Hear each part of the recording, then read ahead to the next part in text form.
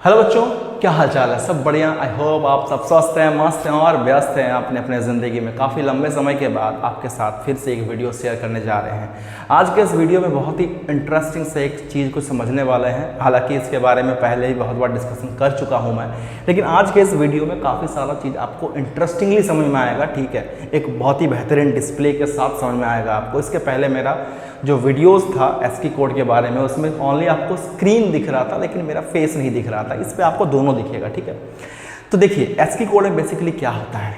Suppose करो ये तुम्हारा एक कंप्यूटर है, ठीक है, और इस कंप्यूटर में तुमने क्या किया, इस कंप्यूटर में तुमने एक कैरेक्टर को टाइप किया, उस कैरेक्टर का नाम है ए। ठीक है, क्या उसको, इस कंप्यूटर को ये ए समझ में आएगा? तुम्हारा आंसर होगा नहीं सर। कैसे समझ में आएगा? क्योंकि कंप्यूटर को तो बाइनरी नंबर समझ में आता है ना, तो कंप्यूटर में तो ए समझ में नहीं आएगा। लेकिन जब कंप्यूटर के अंदर में ये कैरेक्टर ए जाएगा तो फिर क्या होगा? देखो, जैसे ही कंप्यूटर के अंदर में गया तो ऑटोमेटिकली ये कन्वर्ट हो गया बाइनरी नंबर में, है ना। ये इंटरेस्टिंग सा चीज। अब समस्या ये है कि सर ये ए इस बाइनरी में कन्वर्ट कैसे हुआ? तो बहुत ही आसान है।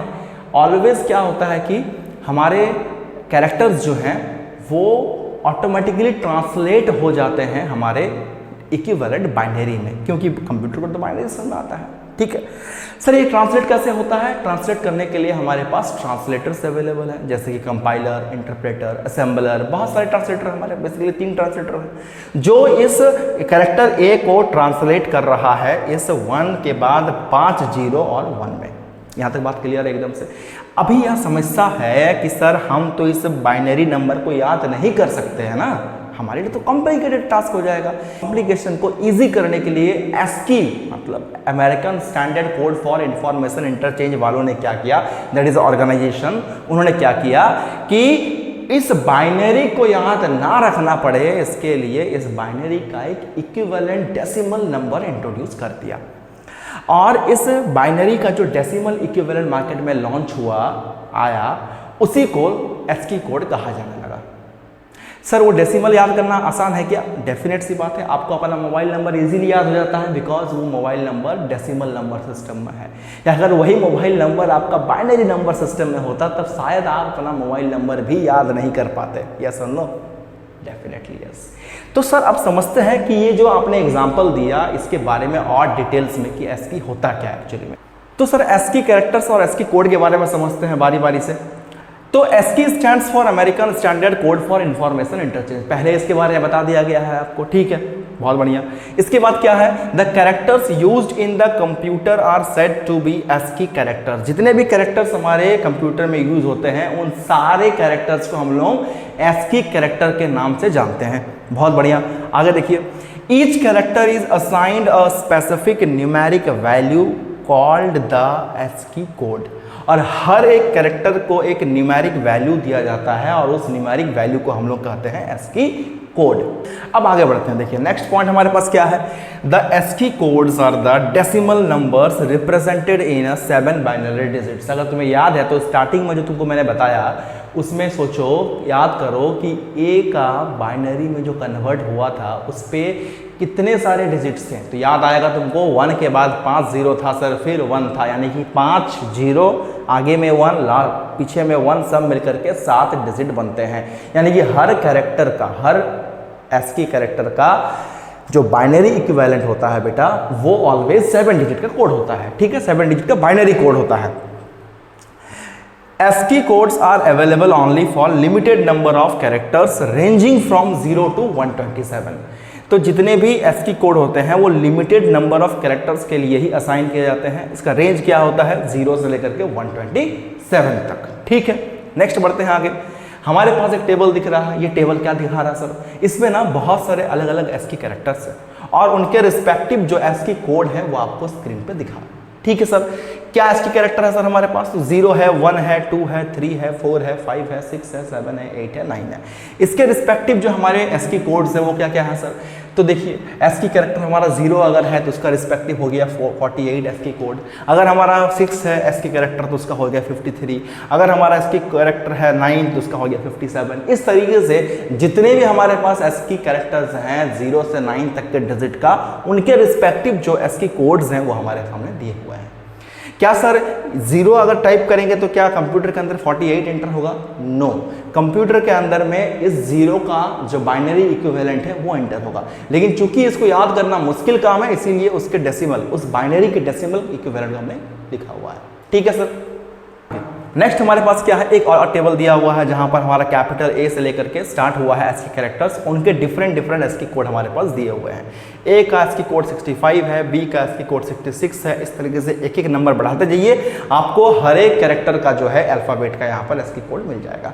अगर सर हमारे पास स्मॉल लेटर में ए है तो स्मॉल लेटर में ए अगर हमारे पास है तो उसका भी रिस्पेक्टिव ASCII कोड मिलेगा। सर कैपिटल लेटर और ए और स्मॉल लेटर का ए क्या डिफरेंट होता है कंप्यूटर के लिए? बिल्कुल होता है सर, दोनों अलग अलग कैरेक्टर होते हैं कंप्यूटर के लिए। तो अब देखते हैं, देखो बहुत ही मज़ेदार तरीके से सीखते हैं कि ये जो हमारा ए था उसका ASCII कोड जो हमने 65 लिखा हुआ था क्या उसका एक्चुअली मतलब होता है। ठीक है सर, देखिए हमारे पास एक कैरेक्टर है ए, उसका वैल्यू होता है ASCII कोड होता है 65। चलिए ठीक है, इसको समझने के लिए हमारे पास सबसे पहले क्या सीखना जरूरी है कि जो ए है ये हमारा ASCII कैरेक्टर है। बहुत बढ़िया। और हमारा जो ये 65 है ये ASCII कोड है। सही है सर, इतना हमको पता चल गया। चलिए बढ़ते हैं आगे। ये एक टेबल हमारे पास दिया हुआ है, बचपन में तुमको सिखाया गया था 7-8 क्लासेस में कि सर हम जब बाइनरी नंबर को डेसिमल नंबर में कन्वर्ट करते हैं तो उसके लिए इस तरह का एक टेबल का इस्तेमाल किया जाता है। क्या होता है सर इसमें? 2 का पावर 0 लिखते हैं सबसे पहले, 2 का पावर 1, उसके बाद 2 का पावर 2, 2 का पावर 3, 2 का पावर 4, ऐसे करते करते हम लोग 2 का पावर 6 तक पहुँचते हैं। अब समस्या ये है कि सर 2 क्यों? क्योंकि बाइनरी नंबर है ना, तो बाइनरी नंबर का बेस 2 होता है, इसीलिए उसके बेस को ही यहाँ पर लिखा जाता है।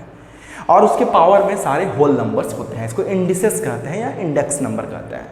तो 2 का पावर 0 1 होता है, ऐसे करते करते 2 का पावर 6 64 होगा। ये हमारे पास कुछ टेबल आ गया है। अब मुझे एक बात बताओ, जब तुम 65 जो कि हमारा ए का ASCII कोड है इसको तुम्हें फॉर्म करना है, 65 में फॉर्म करना है, तो 65 कैसे करके बनेगा?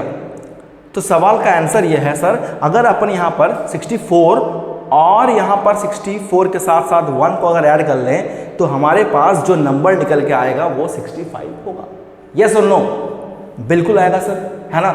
अच्छा, तो 64 और 1 को अगर ऐड करने से मेरा 65 आता है तो हम लोग क्या करेंगे, जहाँ पर 64 है उसके जगह पर 1 लिख लेंगे और जहाँ पर हमारा 1 है वहाँ पर भी हम लोग 1 लिख लेंगे। यानी कि उन नंबर्स के नीचे में 1 लिखना पड़ेगा जिनको ऐड करने से आपका ASCII कोड बन रहा है। यहाँ तो होगा क्लियर एकदम से?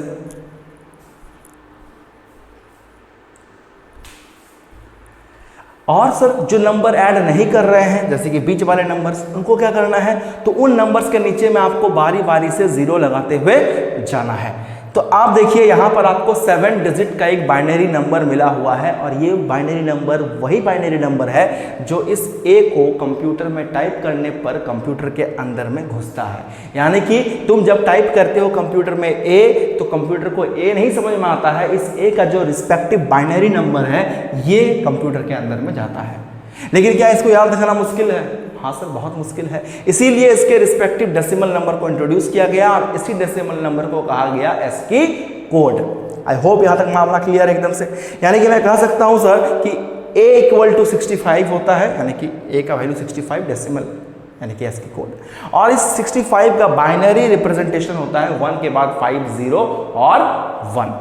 आई होप तुमको पूरा कॉन्सेप्ट क्लियर हुआ होगा कि सर ASCII कोड क्या होता है, ASCII कैरेक्टर क्या होता है, ASCII का फुल फॉर्म क्या होता है। ठीक है, इसके अलावा कैसे करके हम लोग ASCII कोड को उसके बाइनरी नंबर में कन्वर्ट करते हैं ये भी एकदम से क्लियर हो गया होगा। आई होप आज के इस क्लास में तुमने बहुत कुछ सीखा होगा। ठीक है, और जो भी थोड़ा बहुत डाउट्स तुमको ASCII कोड को लेकर रह गया होगा वो क्लियर हो गया है।